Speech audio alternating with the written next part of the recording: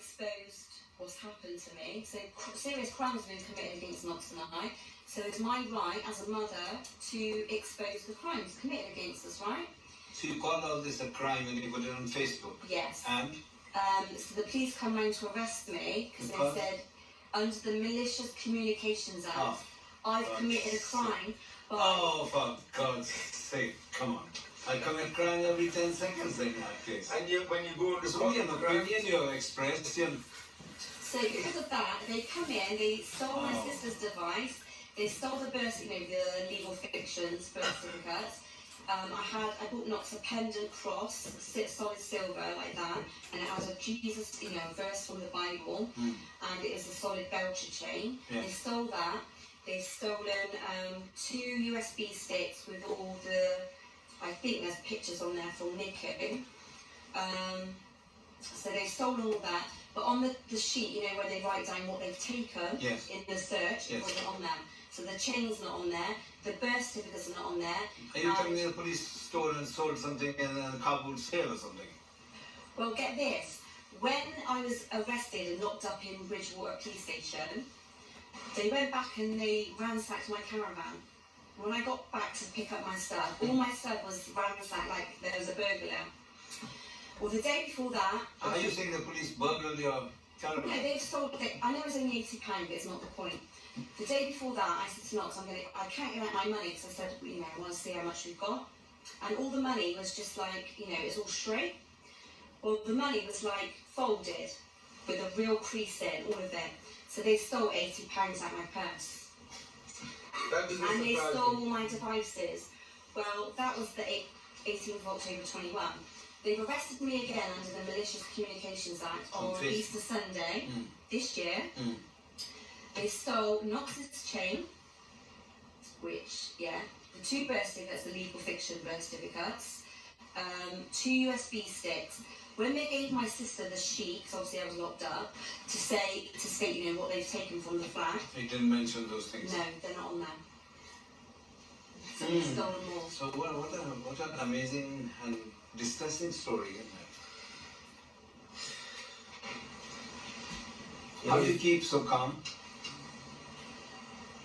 I suffer in silence, and people say to me, "Oh, you don't look that bothered," but I suffer in silence. Well, why should you people really show cope in different ways?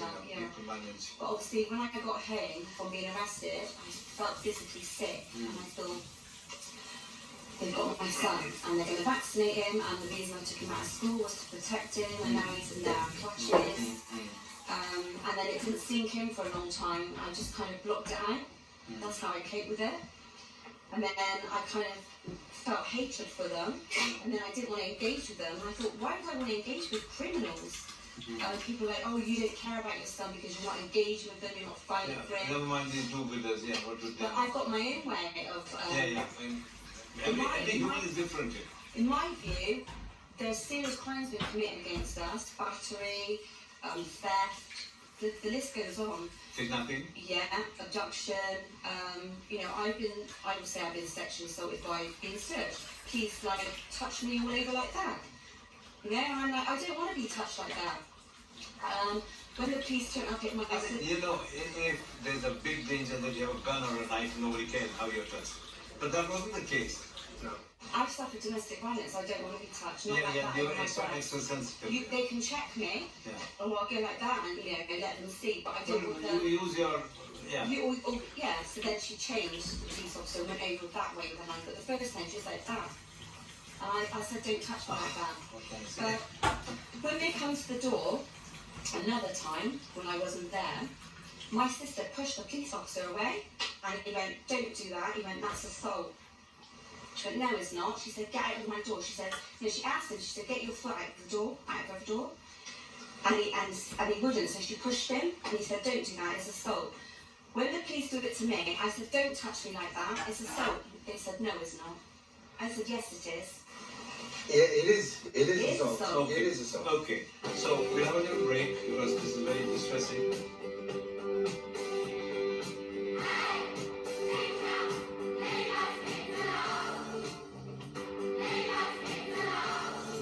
Although you heard 2 very distressing stories, and to make the show complete, we have another distressing story. So tell us that story. What's your name and where do you come from? I'm Caroline. Hello, Caroline. Yes, and from Oldham. Oldham, Yes. Manchester. I'm not used to talking. That's okay. I am. We all are. Well, And take your time. This is. Yeah. This. Well, I'm here actually because I was Kelly's support. I've never come across anything like this before. So how did you two meet? I mean, she's in Bristol, you're in Oldham. Yes, it was through a Facebook group, and Kelly had the same. I work in the NHS. All right. When this COVID came in, I was doing what we were told by the government and everything. And then as time was going on, I was struggling to breathe, and they wanted us to wear masks for 12 hours. And I didn't agree with it. I just didn't agree with it. It didn't seem right coming from a place of health telling us to put this mask on. So I started to sort of research and look for any, and then I came across like little groups, and that's how I met Kelly. Because we had similar views to something was. So the COVID connection. Yes, something didn't feel right to me. Okay. Yeah. And and the information was just coming back and forth, and everybody was asking questions, what's going on, all this. So as time was going on, she did inform me that she'd deregistered a child, which I agreed with what I was seeing. My children are grown up, so if my children would have been small, I would have taken. So you're like an older sister in a way to her. Yeah. Yes. Yeah. She's been very supportive. Yes. And basically, just sort of said to her, I could see what was happening.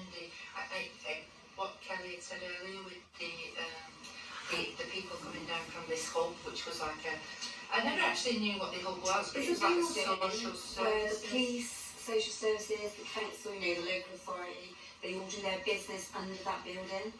It's a Okay, big thing, isn't it? so they're very connected. Yeah. Like a multidisciplinary team. And it was at the top of the road where, so I lived on a dual carriageway, I lived, not now, sometimes, but I lived on a dual carriageway, the hub was at the top, so it's like 10 minutes away. So the social workers will take it upon themselves to walk down in their lunch break or whatever. Oh, just harass Miss Jefferies today, that kind of thing.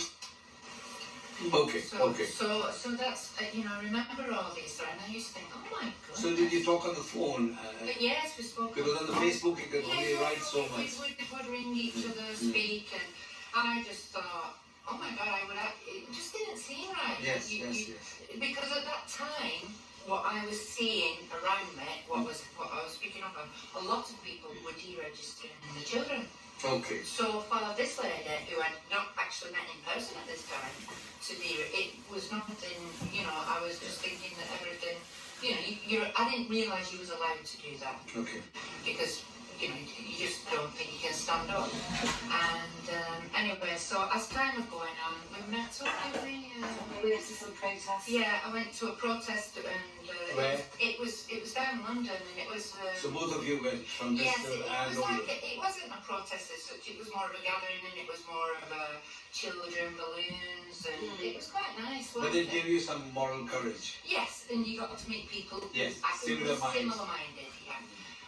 So we had some nice times, and then it started more and more into this whole. The harassment was getting, and I had said to Kelly, she'd never been up to my house. I had said, I'm always here. Okay. I would never desert anybody. Yeah. My house is always here. If you ever need me. It would just been what I've gone through, and she's just been really supportive. And I said, yeah. So you did phone me up and say you were coming with a little boy. Yeah. So they came, and it was lovely, wasn't it? I met, we've all had a lovely time in London, and then we had a nice time up at ours. 2 days, was it? Yeah, 2 days. Well, basically, I would say that I became a targeted individual, and anyone I'm associated with has been targeted too. So obviously, because I'm friends with Caroline, she's been a targeted individual. Yeah, so basically, we had a lovely 2 days. We went to the local park in Knox, and which was really distressing for me. They said that a young boy, he was 10 at the time, and I've never seen a boy as strong, and I've had 2 children of my own. He was just a very physically strong, and he was It was a lovely